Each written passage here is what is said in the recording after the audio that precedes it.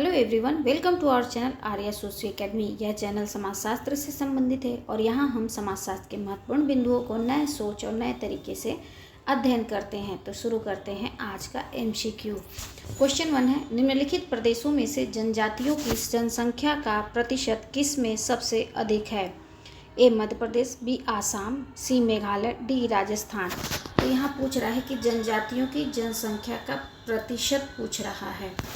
तो प्रतिशत जानने के लिए यहाँ किससे पूछ रहा है? संबंधित क्वेश्चन है एसटी से, जनजाति, शेड्यूल ट्राइब्स। Schedule tribes. यहाँ जनसंख्या, सबसे अधिक जनसंख्या आपको है एमपी में, Madhya Pradesh.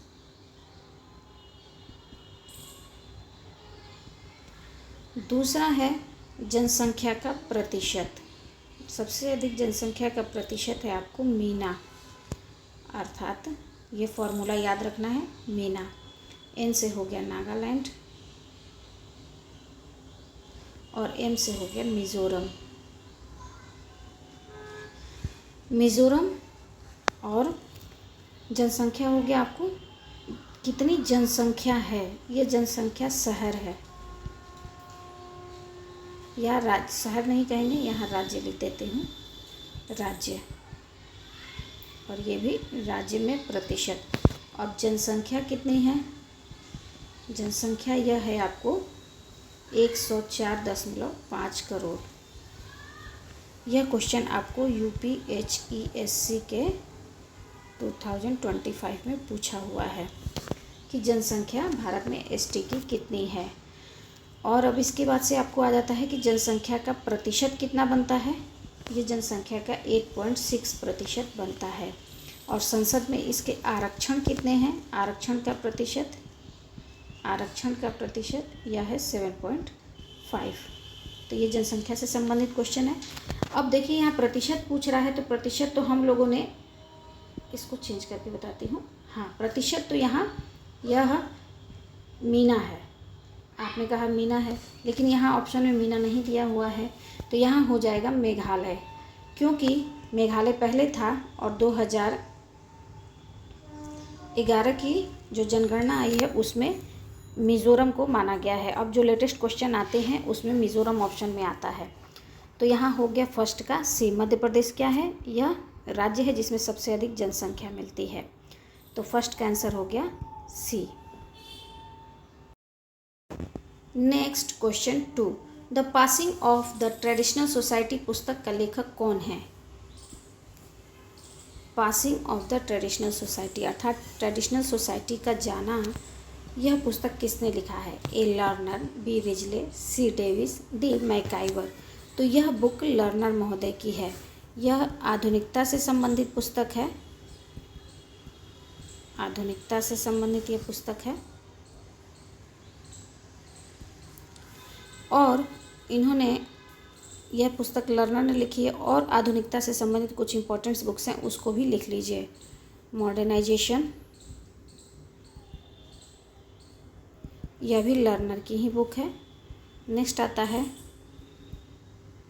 Modernisation and tradition,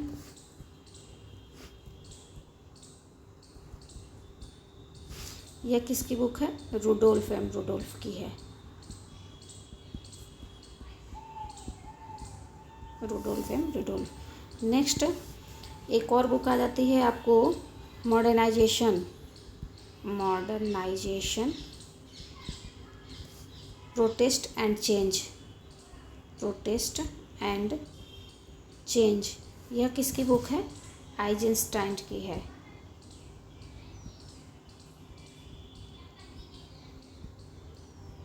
Eisenstein की बुक है। मॉडर्न इंडियन कल्चर, यह किसकी बुक है? Modern Indian culture, DP Mukherjee की। नेक्स्ट बुक हो जाती है modernisation of Indian tradition, modernisation of Indian tradition, यह बुक हो जाती है आपको योगेंद्र सिंह की। The post modern condition, the post modern condition, यह बुक किसकी हो जाती है? लियोटार्ड की। तो मॉडर्न एज से संबंधित जो है इम्पोर्टेंट बुक्स को हम लोग यहाँ लिखे हैं, इसे नोट कर लीजिएगा, आपके एग्जामिनेशन में काम आएंगे। ये भी नेट में पूछा हुआ क्वेश्चन है, इसको हमेशा मैचिंग में पूछता है। डीपी मुखर्जी से पूछा था कि किस पुस्तक में डीपी मुखर्जी ने आधुनिकता की बात की थी, इसलिए इस पुस्तक का भी नाम इम्पोर्टेंट हो जाता है। योगेंद्र सिंह का यह तो क्वेश्चन वन लाइनर के रूप में या मैचिंग के रूप में जरूर रहता है। उत्तर आधुनिकता में लियोटार्ड का नाम बहुत इंपॉर्टेंट है, और लर्नर तो इम्पोर्टेंट है ही, तो क्वेश्चन के रूप में आप देख रहे हैं, इसलिए मैंने ये सारी चीज़ों को यहाँ लिखवा दिए हैं। सारी काम की चीज़ें हैं, आपके काम आ सकती हैं। तो 2 का आंसर हम लोगों ने देखा यहाँ ए। नेक्स्ट क्वेश्चन 3, किसने कहा है हम जो हैं वो संस्कृति है और जो हमारे पास है वो सभ्यता है? ए सोरोकिन, बी होमस, सी मैकाइवर, डी लिंटन। तो यह कहा है संस्कृति, जो हम हैं वो संस्कृति है और जो हमारे पास है वो सभ्यता है, अर्थात संस्कृति अमूर्त होती है और सभ्यता मूर्त होती है। यह कथन मैकाइवर एवं पेज का है। सभ्यता की सर्वप्रथम बात कौन करते हैं? मैकाइवर एवं पेज करते हैं। वे संस्कृति को आपको अभौतिक और भौतिक संस्कृति के 2 रूप बताएं किसने? अकबर एवं निमकाफ ने।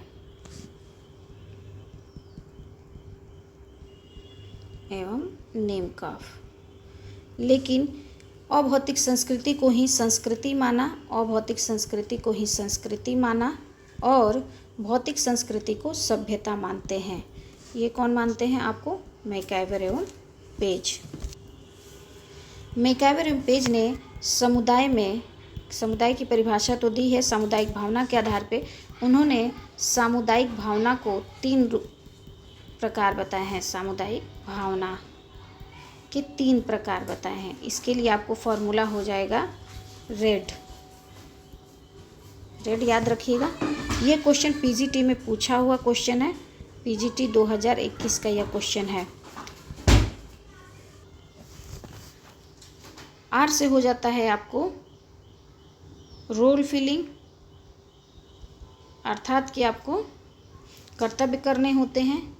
ई से हो जाएगा आपको वी फीलिंग, इसे बनाने के लिए मैंने लिख दिया है। और डी से हो जाएगा आपको डिपेंडेंसी फीलिंग, आप जब समुदाय में निर्भरता महसूस करते हैं।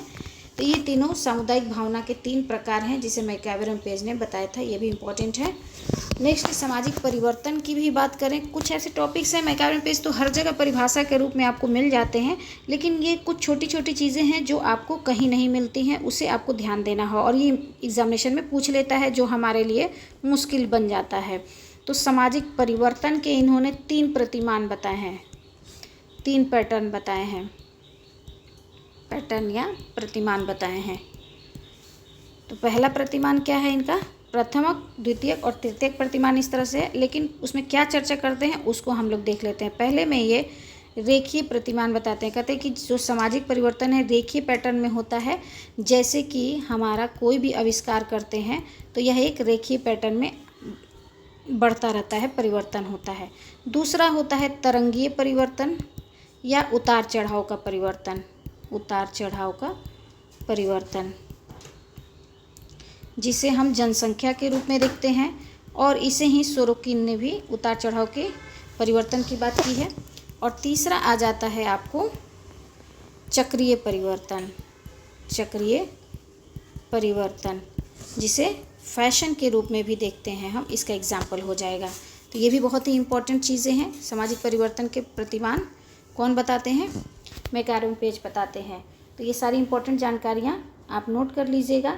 एग्जामिनेशन से संबंधित इम्पोर्टेंट चीज़ें हैं जो मैकाइवर से संबंधित हैं, और इस तरह के इम्पोर्टेंट जानकारियों के लिए मेरे चैनल को सब्सक्राइब कीजिए, अधिक से अधिक लोगों तक शेयर कीजिए। जिन्होंने लाइक नहीं किया है तो प्लीज़ वो ज़रूर लाइक करें, ताकि मुझे आगे इस तरह की और अच्छी वीडियो बनाने की आपसे प्रेरणा मिले, हौसला मिले। नेक्स्ट क्वेश्चन 4, परिवार के अध्ययन के लिए स्थान, कार्य और लोग का सूत्रपात स्थापित किसने किया था या सूत्रपात किसने किया था? तो यहाँ ऑप्शन ए है लिपले, बी डिमॉलिंस, सी कूले और डी हेनरी टॉरविल। तो यहाँ स्थान, कार्य और लोग, इसका सूत्र कौन करते हैं? लिपले महोदय करते हैं।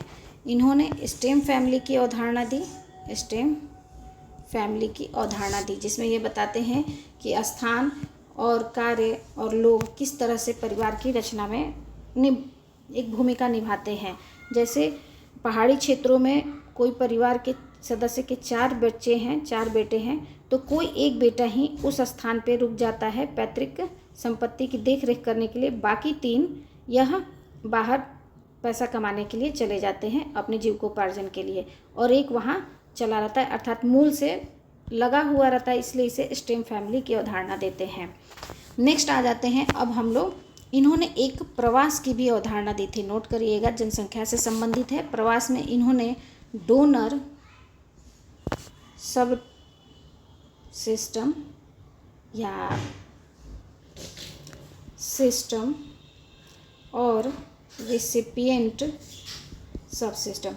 डोनर में जब व्यक्ति किसी एक स्थान को छोड़कर दूसरे स्थान पर जाता है तो वो निकल के जा रहा है, डोनेट हो रहा है, जैसे डोनेट करने का जो वर्ड हो है उसी से संबंधित है। और रिसिपिएंट जो प्राप्त करता है, जहाँ व्यक्ति जिस स्थान पर आते हैं। तो ये प्रवास के इन्होंने 2 प्रकार बताए हैं। लिपले का एक महत्वपूर्ण अध्ययन एक और है, किस स्टडी मेथड, इनकी बहुत ही इंपॉर्टेंट मेथड है, व्यक्तिक अध्ययन पद्धति। व्यक्तिक अध्ययन पद्धति को इन्होंने बताया है case study method, case study method, जो कि बहुत ही इम्पोर्टेंट मेथड है। जब हम रिसर्च करते हैं तो उसको यहाँ हम लोग लागू करते हैं, जिसमें किसी भी इकाई या घटना या व्यक्ति के बारे में उसके समग्र का अध्ययन किया जाता है, तो इसे केस स्टडी मेथड कहते हैं। तो 4 का आंसर हमारा हो गया यहाँ ए। नेक्स्ट क्वेश्चन 5, निम्नांकित में से कौन सा युग्म सुमेलित नहीं है? A the decline of the west, अर्थात यहाँ एक तरफ बुक्स के नेम है और दूसरी तरफ उसके राइटर्स के नेम है। तो the decline of the West ये स्पेंगलर की बुक है, बिल्कुल सही। The study of history Toynbee की बुक है, यह भी सही है। The holy family Max Weber की नहीं है, और रिमेंबर्ड विलेज श्रीनिवास की है। तो अर्थात यहाँ पूछ रहा है कौन सा नहीं है, तो हमारा आंसर हो गया 5 का सी। द होली फैमिली यह बुक किसकी है? यह बुक मार्क्स एवं एंजल्स की है। और इसके बाद से मैक्स वेबर की चर्चा करें तो इनकी फेमस बुक है the Protestant ethics and the spirit of capitalism, spirit of capitalism, जिसमें इन्होंने प्रोटेस्टेंट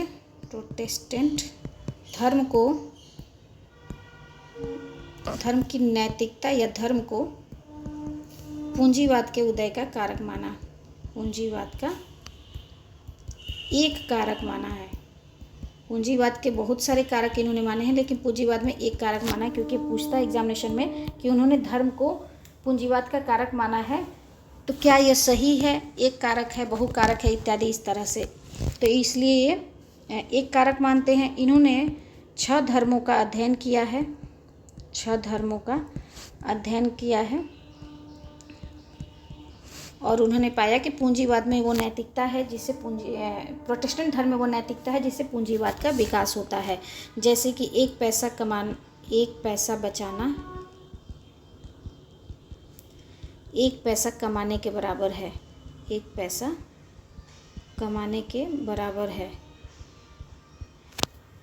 कठिन परिश्रम करना, भौतिक सुख सुविधा प्राप्त करना, ये सब प्रोटेस्टेंट धर्म की नैतिकता है, जो पूंजीवाद के विकास में एक कारक का कार्य करती है, जिसे मैक्स वेबर ने इस बुक में बताया हुआ है। तो 5 का आंसर हमारा हो गया यहाँ सी। नेक्स्ट क्वेश्चन 6, किस अध्ययन में भारतीय परिप्रेक्ष्य में रॉबर्ट रेडफील्ड की लघु समुदाय की अवधारणा का परीक्षण किया गया? A caste class and power, B an Indian village, C the remembered village, D a Rajasthan village. तो यहाँ रॉबर्ट रेडफील्ड कौन सी अवधारणा देते हैं? लघु समुदाय की अवधारणा देते हैं।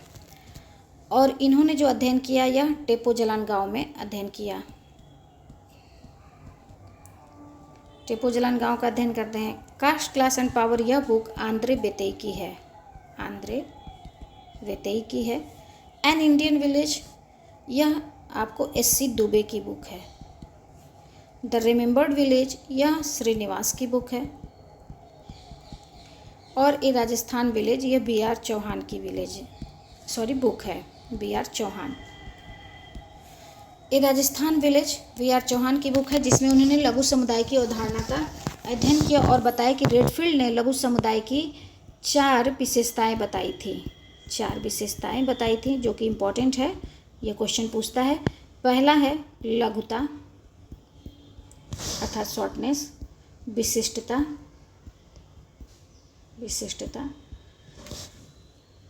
तीसरा लघुता विशिष्टता समरूपता, और चौथा आत्मनिर्भरता।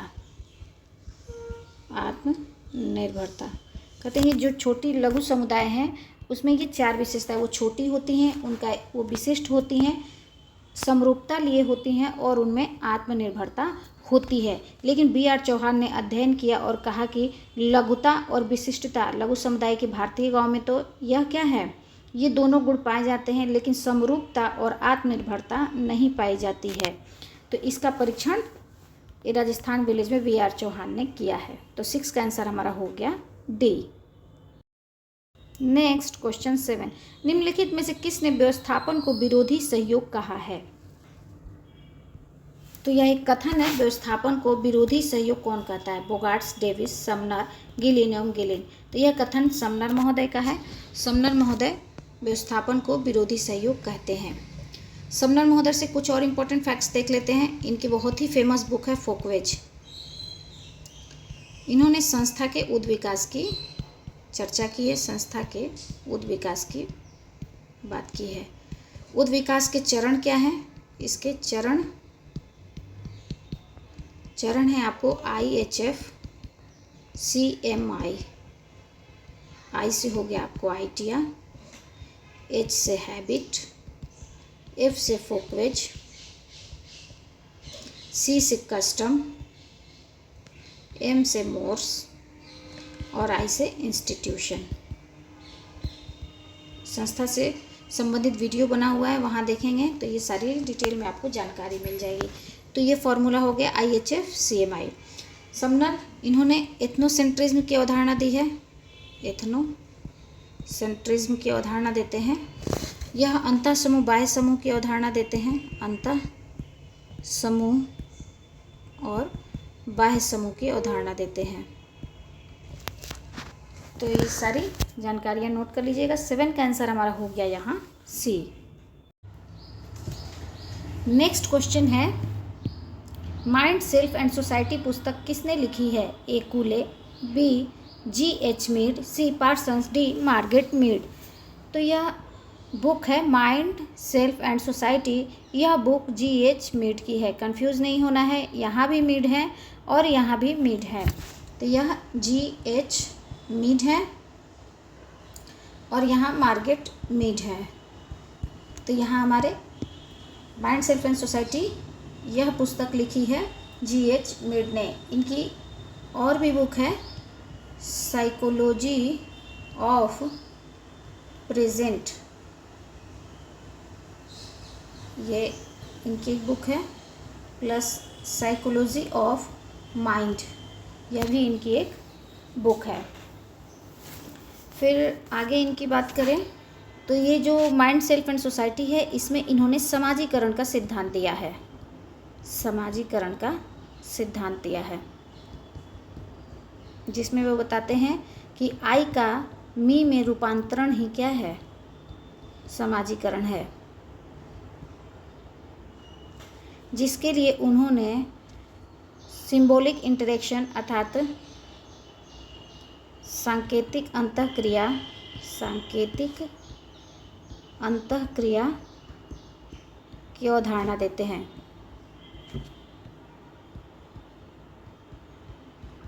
अर्थात कहते हैं कि व्यक्ति का जो स्व है बचपन में व्यक्ति का मन क्या होता है, एकदम ब्लैंक होता है, खाली होता है, और जब वो दूसरों से अंतःक्रिया करता है तो वो अंतःक्रिया किसके माध्यम से होती है, संकेतों के माध्यम से होती है।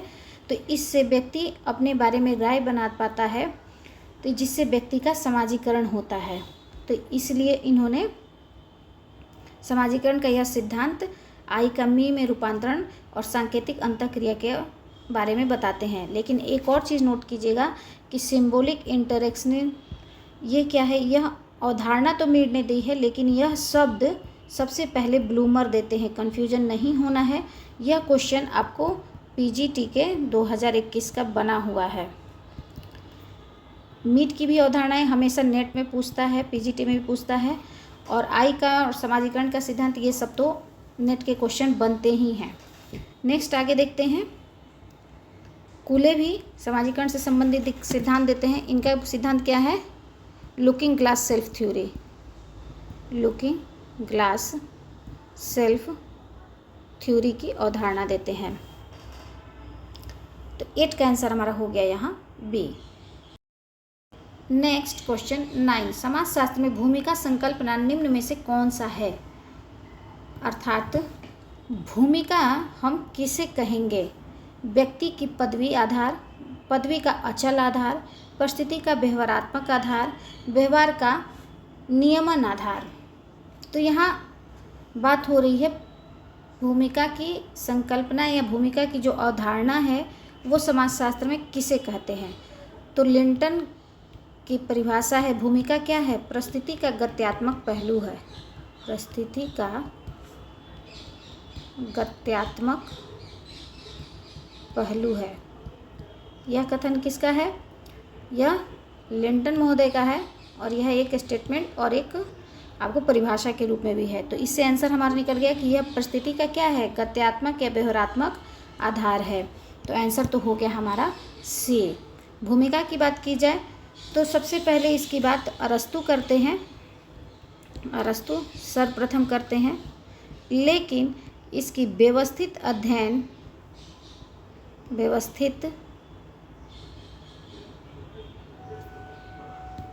कुछ गड़बड़ हो गया,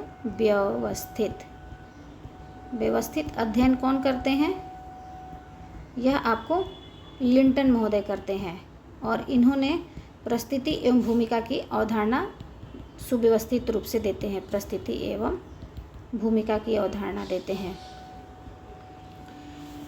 परिस्थिति के इन्होंने 2 प्रकार बताए हैं, अर्जित और प्रदत्त परिस्थिति। भूमिका के बारे में भी इन्होंने बहुल भूमिका की चर्चा की है, बहुल भूमिका की अवधारणा देते हैं।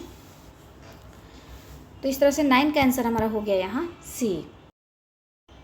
नेक्स्ट क्वेश्चन 10, निम्न में से यह किसका विचार है कि संघर्ष अनिवार्यतः संगठित समूहों का अटूट अंग है। तो संघर्ष समूहों का अटूट अंग है, यह किसने कहा है, ए मार्क्स, बी डार्फ, सी कोजर और डी मैक्स वेबर। तो यहाँ कहा कि संघर्ष क्या है, समूह में अनिवार्य रूप से पाया जाता है, यह कहते हैं डार्फ महोदय। तो 10 का आंसर हो गया हमारा यहाँ बी। डार्फ महोदय क्या है, ये संघर्ष की जब हम अध्ययन करते हैं तो संघर्ष को 2 रूपों में अध्ययन किया जाता है। एक संघर्ष को वर्ग के रूप में परिभाषित करते हैं या बताते हैं, और एक पूरे समाज के रूप में बताते हैं। तो वर्ग के रूप में अध्ययन करने वाले आपको मार्क्स आ जाएंगे, डार्फ आ जाएंगे, और समाज के बारे में अध्ययन करने वाले आपको इसमें कोजर, कोलिंस और सीमेल आ जाते हैं। तो वर्ग की चर्चा ये मार्क्स और डार्फ करते हैं। मार्क्स 2 प्रकार के वर्ग की बात करते हैं, पूंजीपति और सर्वहारा वर्ग, सर्वहारा और पूंजीपति वर्ग की चर्चा करते हैं। और डार्फ 3 तरह के हित के आधार पे वो 3 तरह के वर्ग की बात करते हैं, अर्ध समूह, हित समूह और संघर्ष समूह। डार्फ की बात की जाए तो ये संघर्ष का दबाव समूह का सिद्धांत देते हैं, संघर्ष के दबाव समूह का सिद्धांत देते हैं। डार्फ मार्क्स की अवधारणा के बीच मार्क्सवादी ढांचे के बीच मध्यम वर्ग की अवधारणा देते हैं। मध्यम वर्ग की अवधारणा देते हैं। तो इस तरह से 10 का आंसर हमारा हो गया यहाँ बी। नेक्स्ट क्वेश्चन 11, यांत्रिक एकता निम्न में से किससे विकसित होती है? यांत्रिक एकता की बात कौन करते हैं? तो यांत्रिक एकता की बात दुर्खीम करते हैं और कहते हैं कि क्या है, यह किससे विकसित होती है? समानता से, द्वेष से, अलगता से या प्रेम से? तो दुर्खीम बात करते हैं कि एक पारंपरिक समाज होता है,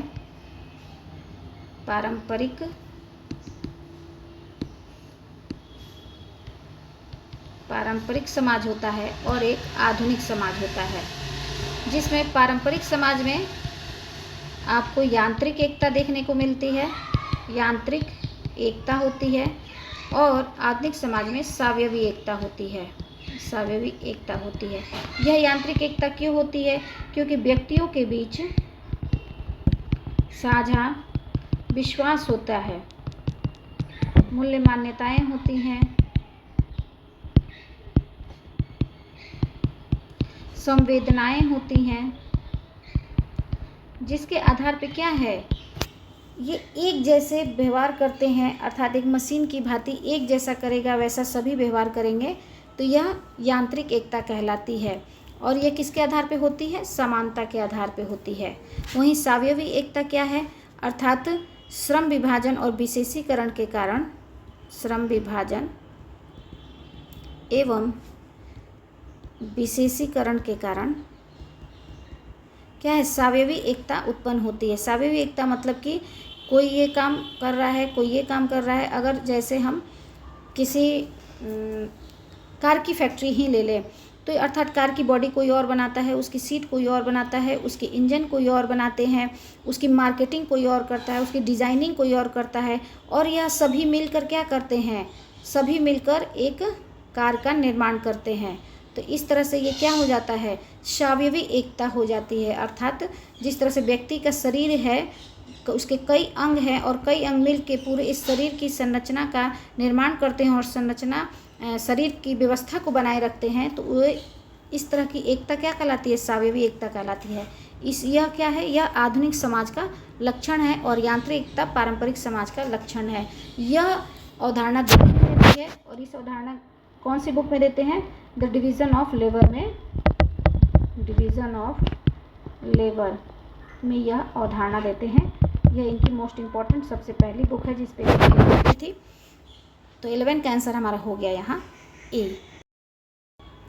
नेक्स्ट क्वेश्चन 12, प्रतीकात्मक अंतःक्रियावाद निम्न में से किसे कहते हैं? देखिए, अभी प्रतीकात्मक अंतःक्रियावाद पिछले क्वेश्चन में हम लोगों ने चर्चा किया और एक क्वेश्चन के रूप में बन के आ गया। क्या कह रहा है कि प्रतीकात्मक अंतःक्रियावाद किसे कहते हैं? ए, मानवीय व्यवहार का भीतरी पहलू, बी, मानवीय व्यवहार का घटनात्मक पहलू, सी, क्रिया का विश्लेषणात्मक अर्थ, डी, कर्ता का भावनात्मक भड़ास।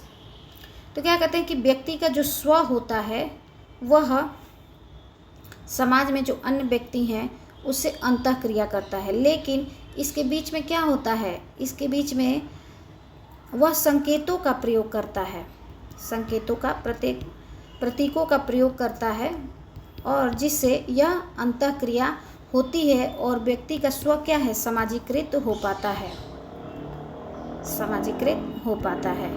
तो यह मानवीय व्यवहार का भीतरी पहलू है। भीतरी पहलू क्या हो जाएगा? स्व हो जाएगा, तो अर्थात यह आंसर नहीं होगा। मानवीय व्यवहार का घटनात्मक पहलू है, यह जो घटना है इससे नहीं संबंधित है। क्रिया का विश्लेषणात्मक अर्थ है, जब व्यक्ति क्या है? समाज से क्रिया करता है तो यह उसका क्या है? विश्लेषण का अर्थ निकालता है, अर्थात 12 का आंसर होगा हमारा सी, कर्ता की भावनात्मक भड़ास। यह भी नहीं होगा। तो अब समझ गए होंगे प्रतीकात्मक अंतःक्रियावाद। यह अवधारणा सबसे पहले कौन देते हैं? मीड देते हैं, लेकिन इस शब्द की चर्चा कौन करते हैं? ब्लूमर करते हैं। प्रतीकात्मक अंतःक्रियावाद से गॉफमैन का भी नाम आता है। मीड के शिष्य ब्लूमर थे और ब्लूमर के शिष्य गॉफमैन थे, जिन्होंने सिंबॉलिक इंटरेक्शनिज्म की अवधारणा को आगे बढ़ाया। तो 12 का आंसर हमारा हो गया यहाँ सी। नेक्स्ट क्वेश्चन 13, बाल हत्या एवं स्वजाति पक्षपातवाद निम्न में से यह किसे दर्शाता है? ए सांस्कृतिक सापेक्षता, बी सांस्कृतिक बहुलतावाद, सी जातीयता, डी सांस्कृतिक चयन। तो सांस्कृतिक सापेक्षवाद कहता है, सांस्कृतिक सापेक्षवाद हर्स्कोविट्ज़ की अवधारणा है। हर्स्कोविट्ज़ की अवधारणा है। इन्होंने कहा था कि प्रत्येक संस्कृति अपनी परिस्थिति के साथ समायोजन करती है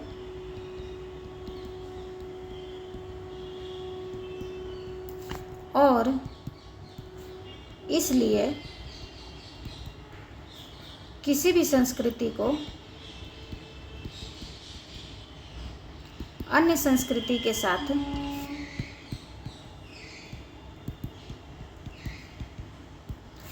तुलना नहीं करनी चाहिए या मूल्यांकन नहीं करना चाहिए।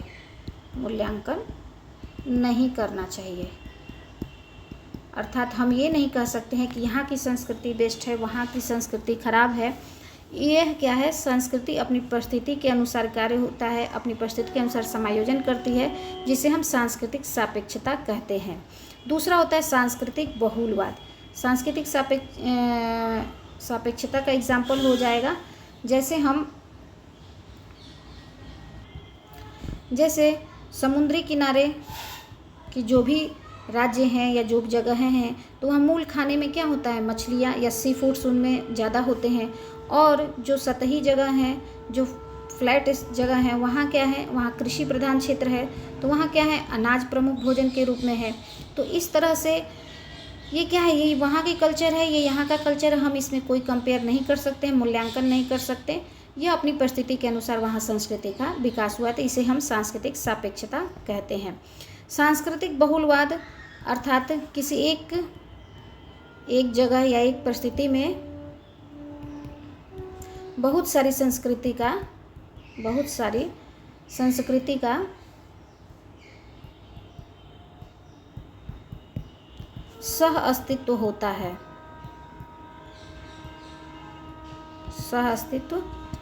है, अर्थात कई संस्कृतियाँ साथ रहती हैं। जैसे एग्जाम्पल हमारा भारत हो गया, कई तरह की यहाँ भाषाएं हैं, कई तरह की वेशभूषाएं हैं, कई तरह की भोजन है, लेकिन इन सब का क्या है, सह अस्तित्व हमारे समाज में है। जातीयता क्या हो गई, जातीयता का अर्थ होता है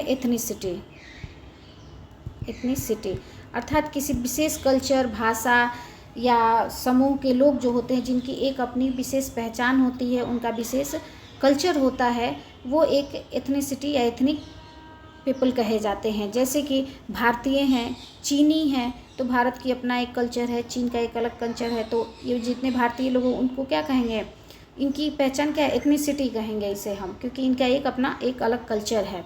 सांस्कृतिक चयन वो होता है जैसे कुछ खास व्यवस्थाएं, परंपराएं होती हैं, खास परंपराएं होती हैं जो अधिक सफल होती हैं और व्यापक रूप में यूज़ होती हैं। तो जैसे कोई भी कल्चर के पार्ट्स तो बहुत सारी चीज़ें हैं, लेकिन कोई एक पार्ट होता है जो बहुत ज़्यादा पॉपुलर होता है या बहुत ज़्यादा हम उसका यूज़ करते हैं, तो हम किसी विशेष चीज़ का चयन करते हैं। जैसे हमारा एग्जाम्पल हो गया, जैसे हम भारतीय हैं, हमारा लैंग्वेज हिंदी है, लेकिन हम क्या है, इंग्लिश को प्रेफर करते हैं, इंग्लिश ज़्यादा बोलने की कोशिश करते हैं, इंग्लिश को अपनाते हैं। तो ये क्या है, हमारा सांस्कृतिक चयन है। तो इस तरह से आंसर जब क्वेश्चन की तरफ देखें तो आंसर हमारा क्या बनेगा, बाल हत्या और स्वजाति पक्षपातवाद क्या है, यह क्या दर्शाता है, सांस्कृतिक बहुल, या यह तो बिल्कुल नहीं होगा, यह एथनिसिटी भी नहीं होगी और सांस्कृतिक चयन भी नहीं होगा। तो आंसर हमारा अब निकल के आता है यहाँ सांस्कृतिक सापेक्षता ही कहेंगे कि यह अपनी संस्कृति का, कल्चर का एक हिस्सा है। तो 13 का आंसर हमारा हो गया यहाँ ए। आई थिंक अब आप इसे समझ पाए होंगे कि इस आंसर को कैसे हम निकाल सकते हैं। पहले तो कन्फ्यूज़न हुआ कि बाल हत्या और ये सब सांस्कृतिक क्या कैसे हिस्सा हो सकता है, तो इसलिए जब जो भी मौजूदा हमें ऑप्शन होते हैं उसमें से हमें छांट के एक सटीक आंसर निकालना पड़ता है। तो इस तरह से 13 का आंसर हो गया हमारा यहाँ ए। नेक्स्ट क्वेश्चन 14, पार्सन्स द्वारा निम्नांकित प्रक्रियात्मक समस्याओं को उचित क्रम में व्यवस्थित करें। ए सात्मीकरण, बी लक्ष्य प्राप्ति, दूसरा आंतरिक, चौथा आत्मसात करना। कुछ यहाँ मुझे इसकी इंग्लिश नहीं मिल रही है तो मुझे समझ में आता है कि इसका सीक्वेंस कैसे समझा जाएगा। लक्ष्य प्राप्ति अर्थात यहाँ तो गोल हो गया, सात्मीकरण आत्मसात करना, ये तो दोनों का एक ही अर्थ निकलता है। अनुकूलन होता है, लक्ष्य प्राप्ति होगा,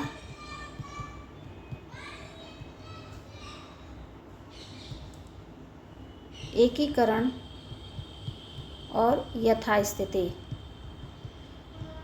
इसका इंग्लिश फॉर्म होता, तो हम इसको AGIL एजिल मॉडल कहते हैं और ये इसका सीक्वेंस हमें बनाना होता।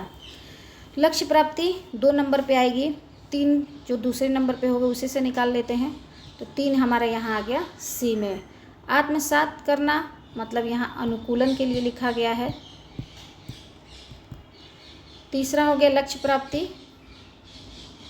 दूसरे नंबर पे, फिर आता है एकीकरण अर्थात सात्मीकरण के लिए यहाँ वर्ड यूज़ किया गया है, और यथास्थिति अर्थात यांत्रिक। तो पार्सन्स के क्या है, यह प्रक्रियात्मक आवश्यकताएं हैं जिसे समाज पूरा करता है, जिससे सामाजिक व्यवस्था बनी रहती है। जैसे व्यक्ति की जो भी आवश्यकता है वो समाज पूरा करता है और समाज की आवश्यकताएं व्यक्ति पूरा करते हैं। तो इस तरह से एडेप्टेशन, गोल, इंटीग्रेशन और लेटेंसी, ये 4 आपके प्रक्रियात्मक आवश्यकताएं हैं जिसको पार्सन्स ने बताए हैं। तो 14 का आंसर हो गया हमारा यहाँ सी। नेक्स्ट क्वेश्चन 15, निम्नलिखित में से भारत में बढ़ते तलाक के कारण कौन है।